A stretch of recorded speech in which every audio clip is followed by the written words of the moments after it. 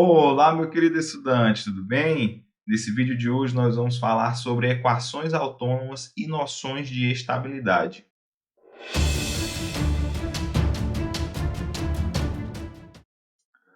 Muito bem. Nós vamos então dizer que uma equação é autônoma quando ela for no formato da equação número 1, ou seja, a derivada de y em relação a t é simplesmente uma função que depende apenas de y. É fácil perceber que essa equação é uma equação separável. No entanto, o nosso objetivo aqui nessa aula de hoje não é resolver essa equação, mas sim extrair informações qualitativas do comportamento dessas soluções a partir do estudo da função f de y. E aqui então nós trouxemos dois exemplos que vão nos ajudar a ilustrar melhor os conceitos que a gente vai trabalhar aqui. É importante ressaltar que esses exemplos aqui são equações históricas, certo? A primeira equação é uma equação que foi utilizada por Thomas Malthus para fazer o estudo de crescimento populacional de determinadas espécies. E a segunda equação também é uma equação que foi utilizada historicamente para estudar as populações ou o crescimento populacional das populações de França e Bélgica no século XIX. Essa equação número 2 é chamada de equação de Verhulst, em homenagem a Pierre F. Verhulst, que é justamente quem propôs essa equação. Posteriormente, ela foi utilizada também para fazer o estudo de crescimento populacional de outras espécies. A natureza dessas equações é um pouco diferente, como nós vamos ver. Na nossa primeira equação, nós temos dy dt igual a r vezes y. O r aqui é uma constante e representa para nós a taxa de variação desta população. Então, a ideia por trás da modelagem na equação número 1 é admitir que a nossa taxa de variação é proporcional à quantidade de indivíduos que existe na população. Essa equação é perfeitamente aceitável, sobretudo quando estamos estudando o crescimento populacional de populações em condições ideais, ou seja, alimentos em abundância, espaço, ausência de predadores, enfim, ausência de condições que possam vir a limitar esse crescimento. Bom, para fazer então o estudo dessa primeira equação, nós vamos resolvê-la através das técnicas já apresentadas. Como nós já observamos, essa equação é uma equação separável. No entanto, a gente não vai precisar disso para resolver a nossa equação, porque basta observar que nós estamos à procura de uma função cuja derivada seja ela mesma vezes uma constante. Ou seja, a única classe de funções que satisfaz essa condição é justamente a classe de funções exponenciais. Então, nós devemos ter y da forma k vezes e elevado a rt. Ou seja, admitindo que y é uma solução do nosso problema de dinâmica populacional, nós percebemos então que essas populações tendem a crescer exponencialmente, independente aí da condição inicial. Evidentemente que se trata de um modelo simples, mas que pelo menos em curtos períodos de tempo ele serve para modelar o crescimento populacional de determinadas espécies, especialmente quando estamos falando de cultura de bactérias, onde a gente consegue observar com certa precisão esse crescimento exponencial. Evidentemente que a partir de certo tempo esse crescimento exponencial se torna insustentável, mas pelo menos com curtos períodos de tempo ele modela bem a realidade de crescimento populacional de algumas espécies. Bem, justamente observando essa deficiência desse nosso modelo número 1 de permanecer útil em todo o tempo, é que o segundo modelo apresenta aí uma correção, então, na taxa de crescimento, uma vez que a gente tem aqui nesse modelo uma redução de uma constante vezes y, ou seja, ao invés de supor que a taxa de crescimento é então constante, a gente supõe que ela é linear e decrescente, justamente porque a partir de um certo tempo a expectativa é que essa população venha a ter uma taxa de crescimento reduzida, em função de fatores externos, por exemplo. Bem, essa segunda equação pode ser reescrita de modo a evidenciar essa constante k, que nada mais é do que A dividido por R. No entanto, essa constante vai aparecer naturalmente no nosso estudo qualitativo dessa equação. Então, vai ser para nós conveniente considerar a nossa equação nesse segundo formato. E o que nós vamos fazer aqui agora no nosso caso número 2, diferentemente do que foi feito no caso número 1, é um estudo qualitativo dessa equação diferencial a partir da função f de y, que fica determinada no segundo membro pela expressão r vezes 1 menos y sobre k vezes y. Note que essa função é uma função quadrática e o que nós vamos fazer é justamente estudar o gráfico dessa função para tirar conclusões acerca das soluções da nossa equação diferencial número 2. Muito bem, então aqui nós estamos com o esboço do gráfico da nossa função f.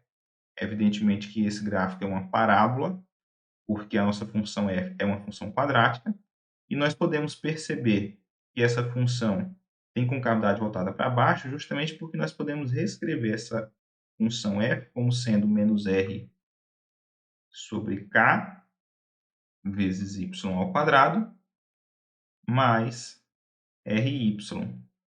E para nós aqui, tanto a como r são constantes positivas, consequentemente k também é uma constante positiva, então r dividido por k é positivo, logo menos r sobre k é negativo, e a nossa parábola tem concavidade voltada para baixo.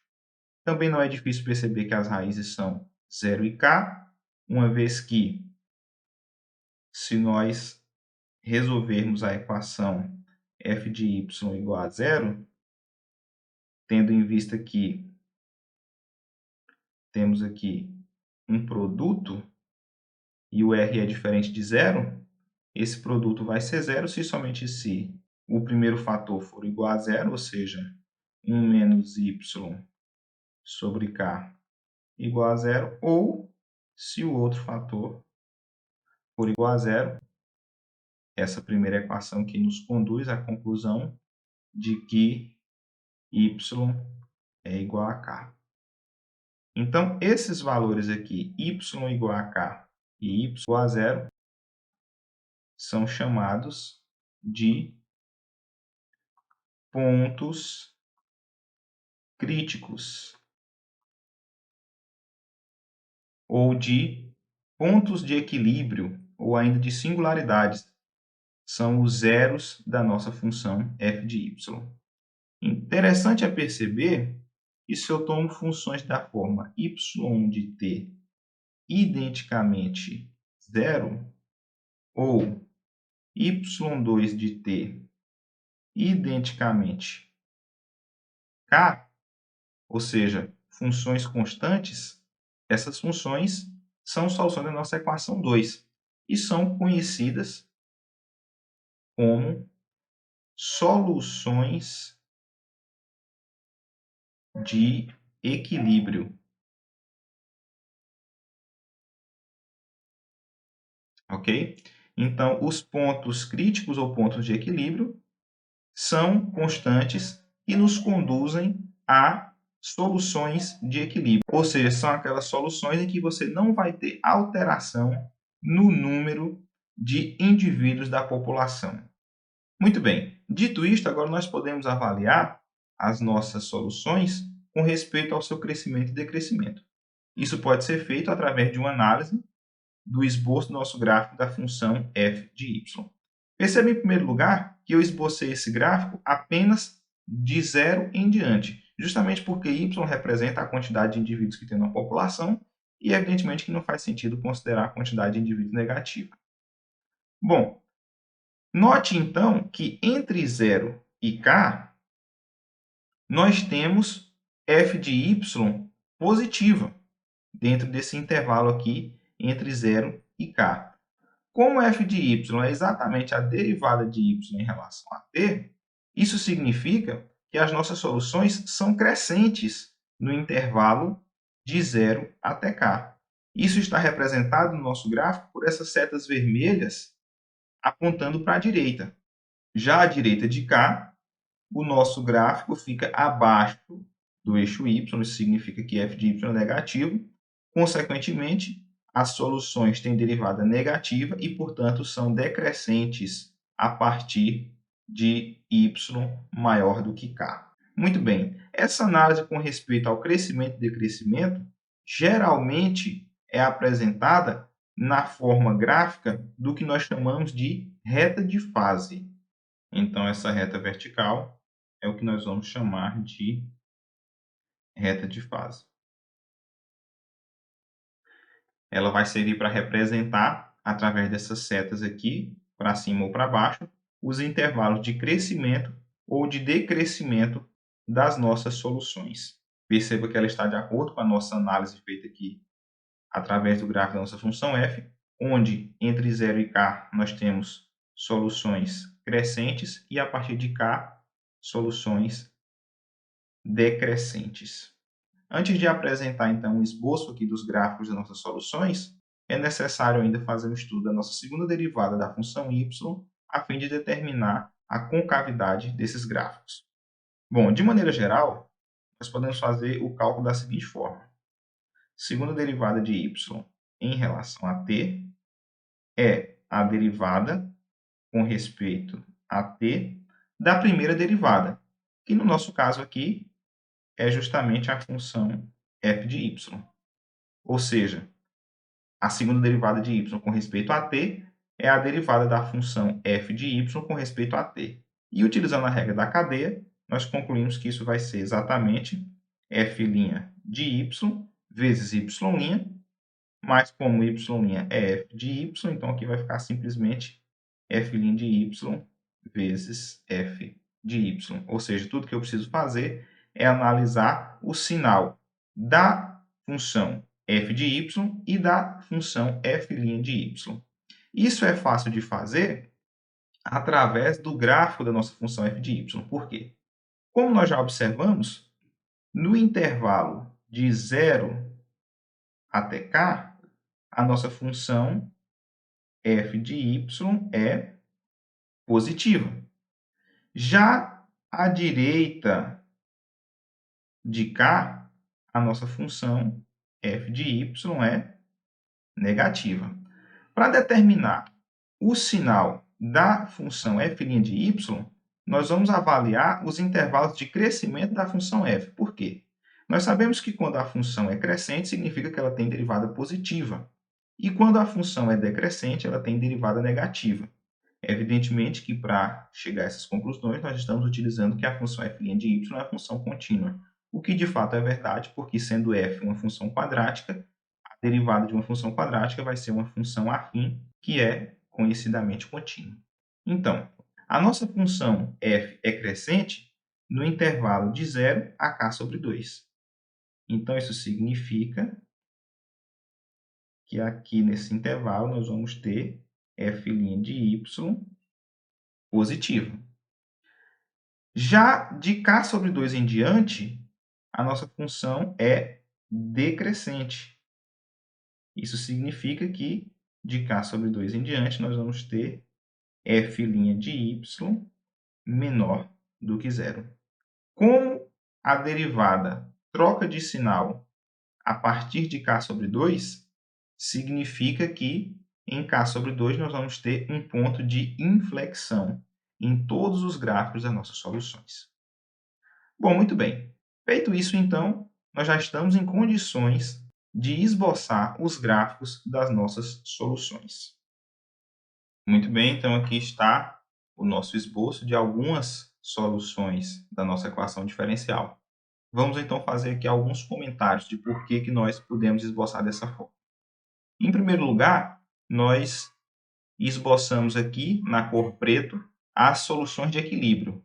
São funções constantes, então os seus gráficos são retas horizontais em y igual a 0 e y igual a k. Em seguida, nós avaliamos os intervalos de crescimento que as soluções devem ter quando tem condições iniciais entre 0 e k. Então, para t igual a 0, nós tomamos alguns pontos entre 0 e k sobre 2 e entre k sobre 2 e k, por exemplo. Então, essas funções que têm condição inicial com y entre 0 e k sobre 2, elas devem ser crescentes enquanto y for menor do que k. É fácil perceber, como uma consequência do teorema de existência e unicidade, que essas soluções não vão poder ultrapassar ou mesmo sequer tocar na função constante y igual a k, uma vez que, de acordo com esse teorema, duas funções não podem se intersectar. Ou seja, funções que têm condições iniciais entre 0 e k vão permanecer com seus gráficos entre as retas horizontais y igual a 0 e y igual a k. Evidentemente que as hipóteses do teorema de ciência e unicidade são facilmente checáveis a partir da observação de que f é uma função quadrática, consequentemente contínua, e a sua derivada parcial em relação a y, na verdade, é a sua derivada mesmo, porque é uma função que depende apenas de y. Sendo, então, uma função quadrática, possui como derivada uma função afim, que logo também é contínua. Então, essas funções devem crescer indefinidamente, se aproximar da reta horizontal k, tanto quanto seja possível imaginar, mas sem nunca tocar. Ou seja, essas funções possuem uma assíntota horizontal, e é a reta y igual a k. O interessante é que esse crescimento ele tem concavidade voltada para cima, desde que y esteja entre 0 e k sobre 2, uma vez que o produto de f' de y por f de y nesse intervalo é positivo, já que ambas são positivas. Já entre k sobre 2 e k, nós temos f de y positivo e f' de y negativo, então esse produto também vai ser negativo. Daí, concluímos, então, que a concavidade para y entre k sobre 2 e k é concavidade voltada para baixo. Portanto, k sobre 2 é um ponto de inflexão, e esse é justamente o motivo pelo qual nós fizemos aí essa inversão de concavidade a partir do momento em que as funções atingiram população igual a k sobre 2. Já as funções que têm condição inicial entre k sobre 2 e k vão ter o seu crescimento sempre com concavidade voltada para baixo.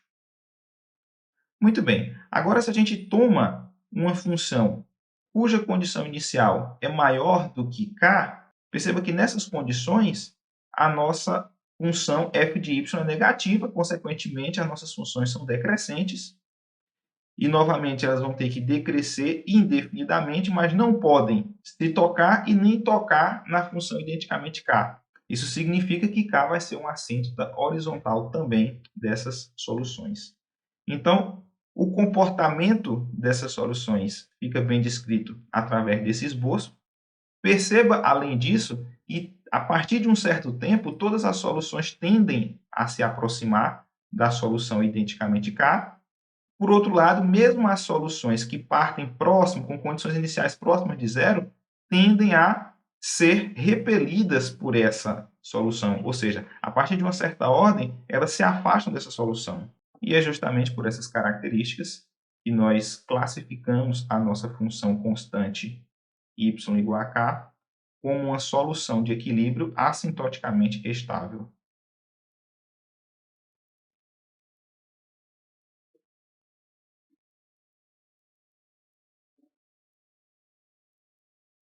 Ou seja, é uma função que atrai as outras soluções com o passar do tempo. Já a solução constante y igual a zero é uma solução que tem um comportamento contrário, portanto, ela vai ser classificada como solução de equilíbrio instável. A interpretação que a gente pode dar, então, para essa constante k é que ela é o valor para onde as populações tendem a se estabilizar depois de um certo tempo. Então, essa constante k também é conhecida como nível de saturação ou capacidade de sustentação ambiental. O ponto de equilíbrio y igual a k, então, é chamado de ponto de equilíbrio assintoticamente estável, e o ponto de equilíbrio y igual a zero é chamado de ponto de equilíbrio instável.